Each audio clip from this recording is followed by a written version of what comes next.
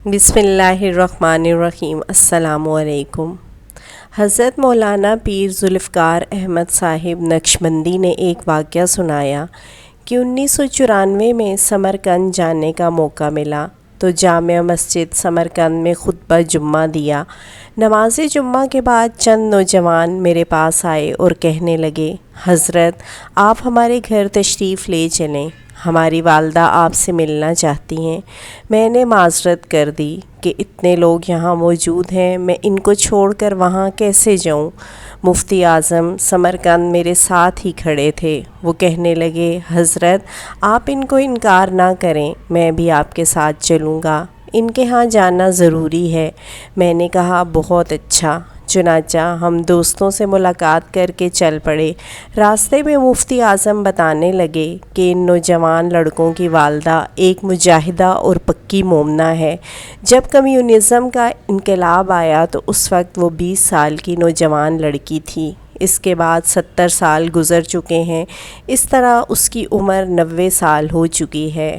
اللہ تعالیٰ نے کمیونزم کے دور میں اتنا مضبوط ایمان دیا تھا کہ ادھر دوہریت کا سیلاب آیا اور ادھر یہ نوجوان لڑکیوں کو دین پر جمے رہنے کی تبلیغ کرتی تھیں، ان سے گھنٹوں بحث کرتی اور ان کو کلمہ پڑھا کر ایمان پر لے آتی۔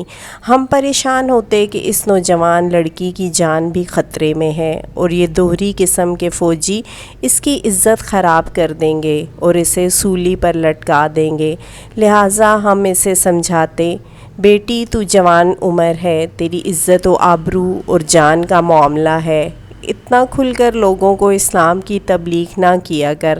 مگر وہ کہتی کہ میری عزت و آبرو اور جان اسلام سے زیادہ قیمتی نہیں ہے، میری جان اللہ تعالیٰ کے راستے میں قبول ہو گئی تو کیا فرق پڑ جائے گا، لہٰذا یہ عورتوں کو کھلے عام تبلیغ کرتی رہتی، حتیٰ کہ سینکڑوں کی تعداد میں عورتیں دوہریت سے توبہ کر کے دوبارہ مسلمان ہو گئیں۔ ہمیں اس کا ہر وقت خطرہ رہتا تھا، سب علماء پریشان تھے کہ پتہ نہیں اس لڑکی کا کیا بنے گا، پتہ نہیں کون سا وہ دن ہوگا جب اسے سولی پر چڑھایا جائے گا اور اس کو سارے لوگوں کے سامنے بے لباس کر کے ذلیل و رسوا کر دیا جائے گا۔